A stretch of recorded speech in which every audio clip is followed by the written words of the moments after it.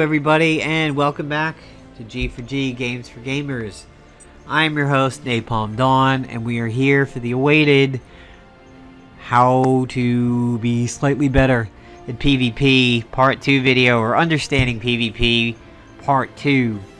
So, in the first video, just to kind of recap, we talked about the passives of PvP. Those are the items that go into being the structure of your team out of combat. And that is your hero bonus and your item bonus. This has totally gone through a major reworking where these new higher powered items were often putting you in what I call the whale group or the high roller group. If you did not have good enough hero bonuses, these high heavy items would face you against some pretty elite people. One of the channel viewers, Coop, was saying that down in gold he was fighting vibranium level people. I mean, that's 2 ranks is huge. Gold diamond is one thing, diamond vibra is one thing, but gold to vibra, simply because of high armory items, is rough. And you know, here are my hero bonuses, and they're still not, I mean, they're not perfect, but Crystal's coming up to 413 as we speak, and then I'm going to go for Nova to get this all at least green. I've got 6 tacticians to get at least green, and then kind of bring up these bruisers a little bit. So you need to have good balance between heroes and armory items. That's the passives, that's video 1. Video 2 is going to be about thinking of how to do defensive teams and offensive teams, and forced synergy, out of the box synergy, and thinking and everything. Here's something I want you guys to think about while we do this video. We'll come back to the answer in a little bit. Question: how can Moonstone and Juggernaut become a good group? What can they do to be an effective PvP team? Think about that, and we'll come back to it. So here has been my team for several seasons now, and I've gotten horrendously, horribly, completely, totally, utterly addicted to them. Because they hit all the marks so well. And especially now that the WCD has been invented, these guys are just amazing. He has the AoE Nano Plague, which says, you know what, your buffs, fuck them, they're gone. And they're not coming back. The only thing that gets rid of Nano Plague is not a cleanse, but it's actually a heal. The Staff of Asclepios is his worst nightmare. Even Invisible Woman's air pressure has no effect if he does it after the shields are gone. So if my agent blackens voids and then he does the Nano Plague, no more shields. Psylocke says these 2 right here are stealthy. My agent isn't, but these guys are stealthy. So Groot, Protectors, Wonder Man, all those guys, doesn't matter. So they were not designed to counter the meta. The meta has grown up around them and left these guys alone. It's like looking at Central Park in New York City. There's all this just city, and then there's this oasis of Central Park and trees and water. That's what these guys are. And they work phenomenally well. Fatal Blow helps against very risky targets like Pestilence, Gamora, Anti-Venom, all those guys. It helps me get rid of them earlier than just straight damage, especially when 2 people have it without cooldown. Her Mental Coordination and her Ignored Defense on her level 1 just says, you know what? Oh, you got a bunch of tacticians with Savant. Doesn't matter. Just going to go right through those shields. So these guys hit just about everything. And I'm going to find it hard to switch. The only thing that really gives them an issue is the Staff of Asclepios and Pesty Red Hulk teams with high hit points where I can't get rid of Pesty quicker than I want to. On defense, and this is where we're going to talk about defensive teams and what used to work and now it doesn't anymore. Prior to the weather control device, these guys were they're a jackhole defensive group. It's about dots, it's about wearing down, it's about the stun off of the hot shot, keeping the agent alive with the signpost, protected with the thorny, pincushion if he is attacked. Oh, well, excuse me, bleeding if he's attacked. Pincushion on everybody else. Of course, the cube and what that does. So these guys are very, very trolly. But now, with the weather control device, this is actually a very bad defensive team. Exhaustion is going to shut down my snappy service bulwark. And my agent could just use thorny every single round. So this is actually stupid right now. The weather control device, much like the Mystic before it, and much like Pestilence, has flipped the meta and said, you know what, things that used to work might not work anymore. Pre-WCD, quick actions were your friend. I could actually run this as a generalist suit, because in round, let's say I'm a generalist. Round 1, Thorny, Signpost, Hotshot, end of turn. Thorny, Signpost, Black as Void. Thorny, Signpost, maybe Hotshot, maybe Light Fantastic, whatever. With the Tactician Agent, it's probably 1, 2, 3 in round 1. Suit, 1, 2, Black as Void, Light Fantastic, and then maybe a recharge or something like that. So it was a very good setup prior to the WCD, and now it might actually be a very bad setup. In order to set up good defensive teams, you have to watch what everybody does when you fight them on defense. And honestly, I think your quick action heroes now are a bad choice. Some people who are phenomenally good on offense really make terrible, terrible defenders. You don't want complicated people on defense. You may be, oh man, this guy's a complete toolbox. He has everything. Don't assume the AI is as smart as you. As a matter of fact, it's not. I mained Pestilence Beast and CSR several seasons ago. Mostly because he could do everything I wanted. They both generalized. I could set up a flanked. I could set up things like locked on. Weaken melee damage. Of course, the brilliant, brilliant depower and fumblings that he has. But on defense, you don't know what he's going to do. He might not use the right things. Stupid defender, great on offense. People love Iron Fist on defense. To be honest, other than his combo breaker, he's a retarded defender because he healing cheese the lowest person. So all you need to do is lower 2 people roughly at about the same time and slightly make the lesser target lower. He'll heal that person and you're free and clear to go hit the other person that means more. He does not use Heart of Shaolu when he does his healing chi. If he does, and PD makes that part of his AI, my god, he's going to be a giant pain in the ass. And you're just going to be like, oh, he did it. All that work is gone. But he doesn't.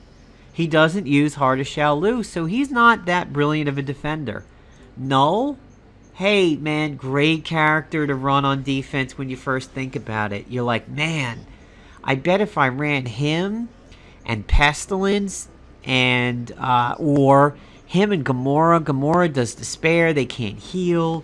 He puts out this unremovable debuff. It's gonna be doing damage. They can't heal it. They can't get rid of it. Oh, brilliant. Until you realize that weather control device turns Luke Cage into fucking Hulk Hogan. He just sits there and flexes. And it's like, oh, you're not worthy, you're not worthy, you're not worthy. It's Wayne's World with him. So Luke is not good on defense anymore, and the amount of people that ran him, I'm surprised. Again, please understand my offense was stealthy and psychic, so he didn't have the chance to Fatal Fist jump in on people like a non-stealthy team would be. He could still probably mean a lot on defense, if you're running into the Fatal Fists. Invisible Woman, yeah, she's not going to do a lot of damage, but she's a spoiler with that air pressure. But there are ways around it. Nano Plague shuts down the ability for her shields to protect the team from debuffs and everything. So she's not too bad of a defender. She does force cage people relatively good. She-Hulk is a pretty good defender because she doesn't have too many smart or too many stupid things that she can do. Everything she does just straight up damage and everything like that. Yeah, maybe she could burst the speed and then 2 hammering blows instead of like one of these 2 and then a stomp. But you know, she's simple, so she works, and her passives work. Heimdall is another example of a simple person. You know what Heimdall's gonna do, but again, exhaustion kind of means he's shut down a little bit. Deadpool is the single most predictable hero in all of Marvel Avengers Alliance.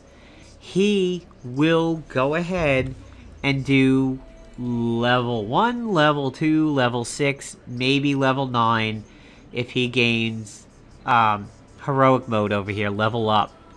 He's so predictable that if you sticky him and he can't do sharp pointy things, he will recharge. Try it. Dare you to try it. Use Nico or the Adhesive X launcher on a Deadpool before he can get his level 1 off. Watch what happens. Because he's linear, he's predictable, but honestly with Deadpool, it doesn't matter. He's an unstoppable force. You know what he's going to do, and he's just going to do it. And his passives on defense are just douche-a-lotopus. I mean, I have a major problem with what Deadpool is allowed to get away with on defense. Chain, bugging people, putting debuffs out on people while they're proccing suits and doing subtle items. Like, he's literally treated as a god on defense. And I find that ridiculous that I could be using my tactical suit built-in advantage and all of a sudden he, you know, drops a buggy on me and I'm forced into recharging. It's utterly, utterly ridiculous what he is allowed to get away with. And it's because it's Justin Wood's little pet. But he's a very predictable defender, so he's actually really solid to run on defense. And if you use Psylocke with him, he's now stealthy. Psylocke's a little stupid on defense, though. Omega Sentinel is one of the few complicated heroes that actually works out fairly well on defense. Just about everything she does is pretty solid. She looks to protect the team. She looks to like Plasma Torch early. She is a fairly good, complicated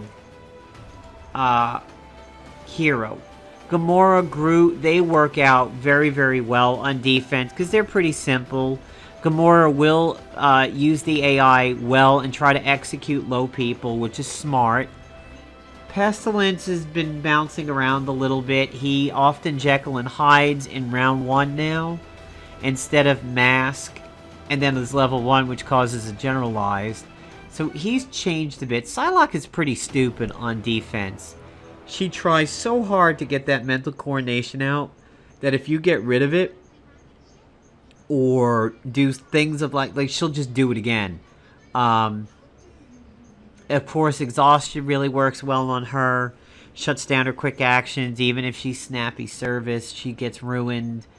But, you know, she tries to kinetic shield people when she should be working on offense, which she could be very deadly on offense when the AI gets a hold of her. But these two right here mess her up pretty badly.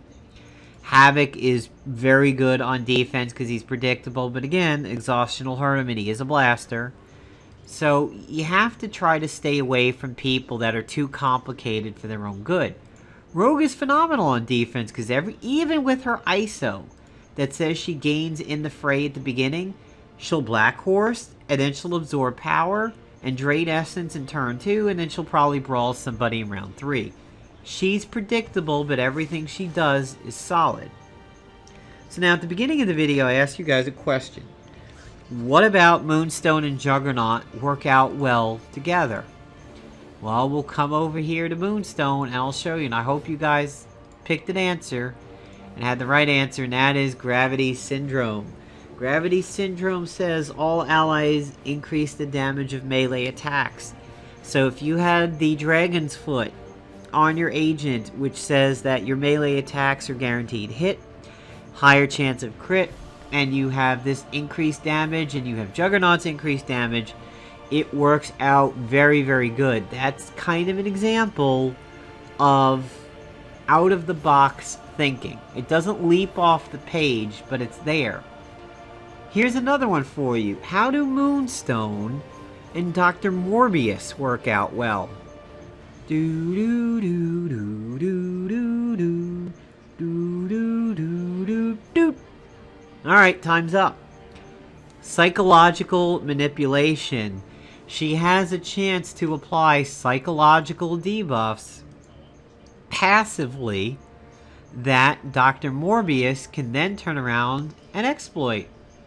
Delirium. Disoriented, mind control, possessed. So disoriented is one of the things that he works out pretty well with.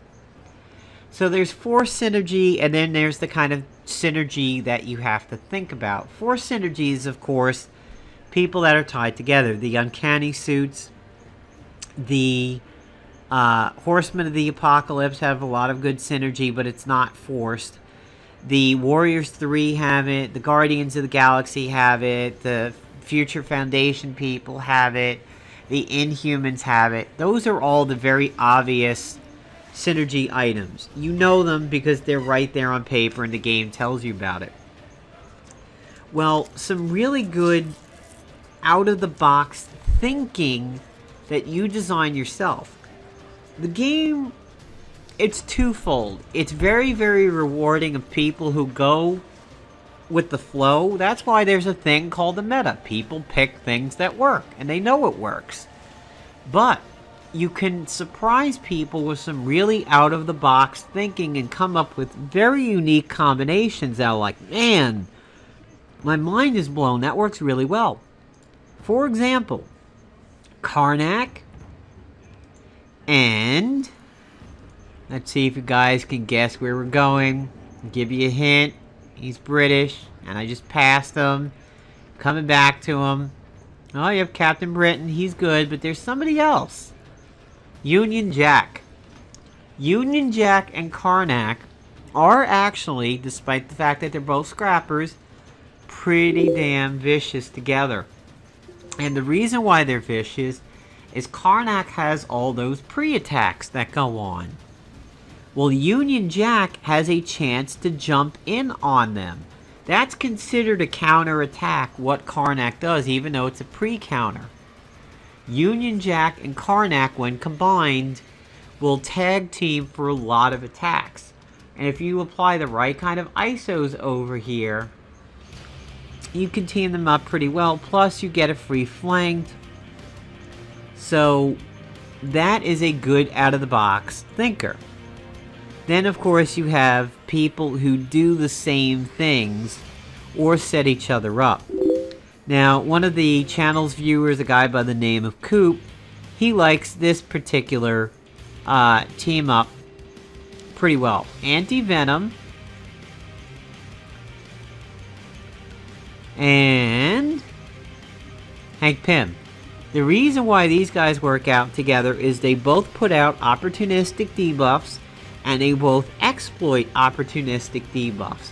That is a phenomenal way to think. You have to make sure these get sealed in so that you can get the big hits. But, you know, he has a stealthy, three-pronged opportunistic debuff attack over here. It shuts down bruisers from getting enraged. It shuts down infiltrators because of off balance, and it shuts down scrappers because of winded. And Anti-Venom can do the same things, and he can exploit them with bug squashing, and Anti-Venom can exploit them from those big crusade hits. So those two work out very, very well together. That's an example of using proper synergy. Omega Sentinel and Fixer combine to be a fantastic toolbox of class switchery, plus the tech upgrade really helps Omega, and that means you can free up a tech upgrade ISO from her. Here's another example of synergy as routed through the agent. The agent can equip the Rectifier and Dragon's Foot, and what that'll do is that means everything Nova does is guaranteed to hit and has an increased chance to crit, because he's energy, which is the Rectifier, and he's melee, which is the Dragon's Foot. You can combine him then with any other energy or melee hero, and you have a nice complete set. A perfect example of that is Captain Marvel, Miss Marvel. She is energy, and she is also melee. So she can heal off of her Photon Blast due to the Rectifier, and she can heal if she gets hit by an energy attack. So Nova and Miss Marvel now become like a pretty decent working combo. She-Hulk applies opportunistic debuffs with her rebuttal. So she works with opportunistic people. Havoc and Mockingbird were known as the Pesty Killers back in the day because they work with Pressure Points and Paragon Exploiter.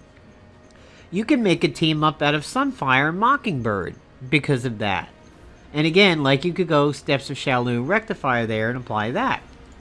Storm and Nova work very, very well because of their elemental items and specifically the Chilled. And over here, high crits and everything like that works out well. Squall-Line exploits Chilled. So those two work out particularly well. You can run mutant heroes, tie them together through Mark of the Brotherhood, giving them essentially like snappy service, quick action. So you have to use your brain and find ways of tying people together. Sabretooth and Pesty work out well because of the fact that they exploit attrition, and they both cause some attrition. But here is another example of a out-of-the-box thinker. Union Jack and Black Knight as tied together through the rocket pistol. What will happen is if you use the rocket pistol, you can target somebody that's safe from your agent, and you will splash bleeding and burning to everybody else. Once everybody is bleeding, Black Knight does follow-ups and pre-counters, and Union Jack will jump in on them. The other thing that will happen is a bunch of Union Jack's abilities will now go ahead and cause bleeds, because see here with the Ebony Blade, Blood Curse. Ally slashing attacks apply bleeding. Well, let's look at his attacks.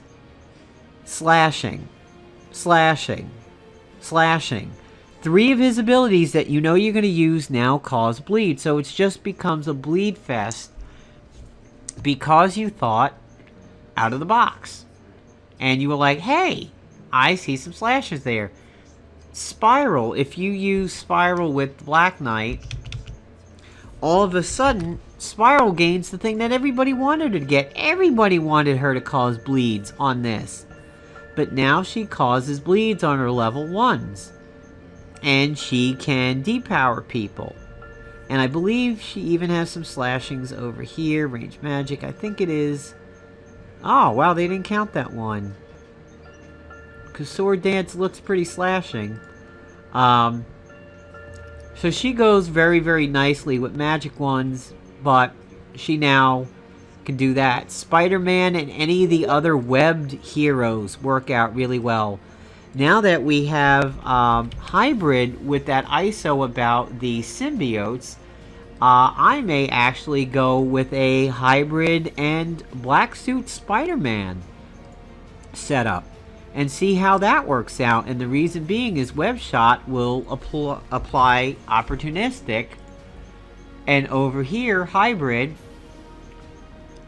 he does it over here with Lasher, and then he can exploit them over here. If you somehow set up some bleeds to help him out, that'd be good. You can do an exploit. Let me see, I think my bruiser has it. There it is. Riot gains exploit bleed. So you could do like X-Obliv and the rocket pistol, and you've now set up hybrid for killer damage. And you can run it with Black Suit Spider-Man, and they would get that morale boost. So that's an example of the thinking you have to do when designing teams. To sum it up, Stay away from complicated setups. They're probably not going to work if you do them on defense. Realize, are you running a long game or a short game? For long game, like Pestilence teams, all the exploiters, the opportunity exploiters, the Paragon exploiters, the attrition ones, that's a long game. You may want to skew towards defensive items and bruisers and tacticians so that you can live to do the exploiting. For short game ones, you want punch out artists, you want attack, you want accuracy, you want blasters, scrappers, high attack armory items, quick lock groups, Juggernaut Psylocke, Juggernaut Quicksilver, Juggernaut Moonstone, Havoc, Mockingbird, Heimdall, ho-funding people after being, rising up buffs. You want to skew towards the short game and heavy hits. So plan accordingly, plan smartly, stay away from overly complicated heroes, and honestly at this point, it used to be, for your agent, use quick actions. Quick actions were your friend. Run a Neuro Purge, a Neuro Trope, a Mystic in the Cube, and like you knew what the hero was going to do. Signpost, Thorny, Hotshot, Deathly Freeze Ray. You're probably going to use one round and one the other round because it's cool. The other one's cooling. You can't do that. That's very risky now thanks to the weather control device. So I'm sorry, your agent's going to be harder to plan, but just work with good heroes. Sometimes like the Apocalypse set, the Four Horsemen set with the X-Obliv, the AI was stupid. It wouldn't put out the X-Obliv. It would no mercy people with no debuffs out. It would try to Memento Mori people instead of X-Obliving people. So honestly, some of the best ways to run defense now might be to run passive items. Gauntlet Caress, the Bishop, the Cosmic Cardinal. Maybe you could run a tech group with like Coulson's Revenge and then a whole bunch of passives. The Gauntlet Caress, the Cosmic Cardinal, which would benefit from a tech upgrade. And just something that can survive exhausted. But my prediction is that when the tactical suit comes out for PvP, it's going to be exhausted immune. And that hopefully will reset the meta back to pre-WCD days. So I know it's a long video, but of course it's a big topic. It's a lot to talk about. Thanks for sticking it out so long. I'll put a link in the video description to the music. And if there's any more questions that you guys have, good teams, questions like, hey, does this team work? Does this team work? What do you think of this team? Absolutely ask away. I'll do my best to answer it. Shout out to one of the channel watchers, Coop, who's had a lot of good ideas for teams and has wanted me to bring some up in these videos. And I hope I've given you guys some really good ideas. And hey, we may do another video soon that really is less talking, more just like raw teams, like try this, try that. So take care, everybody.